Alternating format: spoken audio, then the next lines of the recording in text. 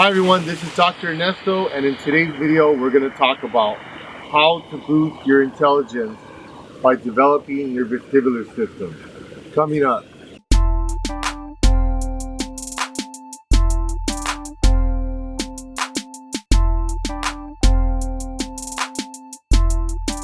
Hi, this is Dr. Ernesto from AttaBoyCowBoy, and on this channel we give you health and wealth tips to help you be more successful. Now today I'm going to talk about your vestibular system and how you can use it to boost your intelligence. Now, some of you may notice that when you go to the movies, it's getting louder and louder. And when you go to nightclubs, you go to concerts, it's getting really loud. So you have to think about your hearing. There's something that's attached to your hearing called your vestibular system. And it basically looks like a seashell. And it has a bunch of little curves and tunnels. It's your ear canal, and it connects to your brain. Now that vestibular system is the basis for developing intelligence in humans. Now if you have a baby or you're pregnant, you're going to have a baby, the first thing you want to do to boost their intelligence is develop their vestibular system. The vestibular system basically is part of your hearing and your balance. So the way you develop your vestibular system is by challenging it. So if you're pregnant, one of the greatest things you do for your baby is to sit in a rocking chair and rock every day. That back and forth movement stimulates your vestibular system. Stimulating your vestibular system helps it develop faster, and that's the basis for developing intelligence. Now that goes for the rest of your life. It also controls your balance. So in babies, you'll notice they're crawling on their floor, they're feeling out, they're learning how to walk, they're falling. They're basically kind of learning to walk or crawl, right? And that is also developing their vestibular system. As they develop their vestibular system, it's tied to your brain. It's going to start developing your intelligence. So with babies and children, if you notice, a lot of the activities they engage in entail stimulating their vestibular system. They like merry-go-rounds, they like swings, they like jumping on beds, they like running and jumping. And you might say, hey, well, why are you running around so much? Cut it out, cut it out. Actually, you want to do the opposite for kids. Let them run, let them jump, let them swing as much as they can. It's actually their body seeking that information. It's seeking to develop their vestibular system. It's kind of like when you're thirsty and you're like, wow, I'm really thirsty. I'm going to go get some water. And you drink some water. So it's kind of like your neurological system telling you, hey, you need some water, or you need some salt, or hey, you're hungry, go eat something. Or you start yawning, saying, hey, you need to sleep, you're tired, right? Your body kind of self-regulates itself. So when children are doing that, it's called self-regulation. Their body is seeking that stimulation, and by getting that stimulation, it's going to calm them down. But it's also going to help develop their intelligence. So with children, it's actually detrimental to their intelligence and their physical well-being to not be active. When I see kids that are just playing video games, that is terrible for their health, terrible.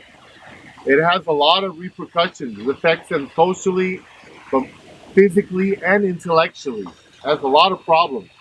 So if you have kids, you want to make them as active as possible. But the same thing goes for adults, regardless of your age. Think about muscles. If you don't lift weights or you don't move, your muscles are going to get weak. You're not going to have any muscles.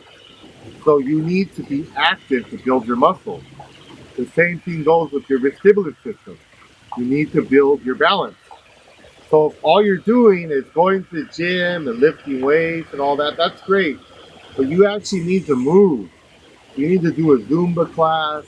You need to dance. You need to jump on a trampoline. You need to play some basketball.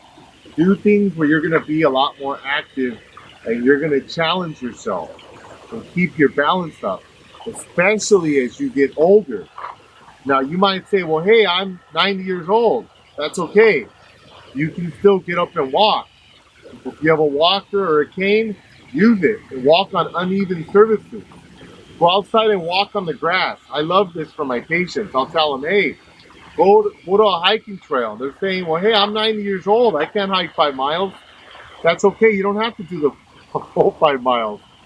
Do 100 feet or 1,000 feet, whatever you can.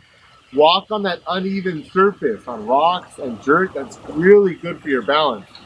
If your balance is really poor, take someone with you and have them hold on to you. But that's going to be really good for challenging your vestibular system, which is going to help develop your intelligence, maintain your intelligence, and help you with your balance. Now, how do you protect that? Well, anything that's really strong stimulation is going to damage it. So you ever see people that boom radios and they get older, they're, hey, I can't hear you? It's a really real phenomenon. Every time that you go to a concert and you have that music blasting into your ears, it's going to do some damage to the hair cells in your ears. And that's going to damage your ability to hear every time it happens. And it has a cumulative effect. So you get older, you're going to be able to hear less and less. Now I'm seeing it in patients that are younger and younger now, in their 30s and 40s, because a lot of people are using those earbuds and earphones and they do it all day. That's not very good for your hearing, because the thing is that when you have noise out here, the sound waves come in and out, they bounce out, right? But if you have earbuds, it's projecting sound right into your ears, and it doesn't really have a way for it to escape because the earbud is in the way. It's trapping that sound energy inside your ear canal. So I really don't like those. I like the kind of earphones that are old school, the ones that people use to go outside. Those are really good because that is not inside of your ear canal. It allows for a little more escape of the sound waves. So the energy is not trapped inside, damaging your hair cells, damaging your vestibular system, which is going to damage your balance, memory, and intelligence. So take good care of it. When I go to the movies, I go to concerts, I go to loud parties, first thing I do, go to the bathroom, get some tissue, roll them up, cover my ears. I can still hear everything just perfect, but I'm not blowing my ears out. I've been doing that since I was about 15 years old. I'm 44 now, so almost 30 years. My hearing is excellent. I can hear really well. So when I go to the movies, again, or concerts, I don't sit there and absorb all that damage. I put paper in. And believe it or not, my hearing has maintained itself so well that not only can I hear the music or the movie just perfect, and it's still loud, it's still booming for me. I can still have conversations with people, but I'm putting a barrier of protection. You have to have protection for your ears. You ever look at someone jackhammering? They have earplugs. They have those big things on here and earplugs inside. So if you're gonna do something loud, wear earplugs. At home, when I'm gonna be running my blender, I have a set of earplugs that I put on. I don't allow that damage to go into my ears. I don't do that. And in the car, I keep the music down. I love music. I listen to music, but I don't let it blast because it's gonna damage my vestibular system. So again, regardless of your age, if you're not challenging your vestibular system, which is the system that controls your balance, you're not going to be developing your intelligence or reaching your capacity.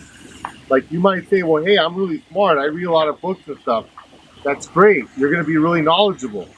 But that's not going to make you a quick problem solver, or your reaction time is going to slow. Your vestibular system is also going to affect your processing time.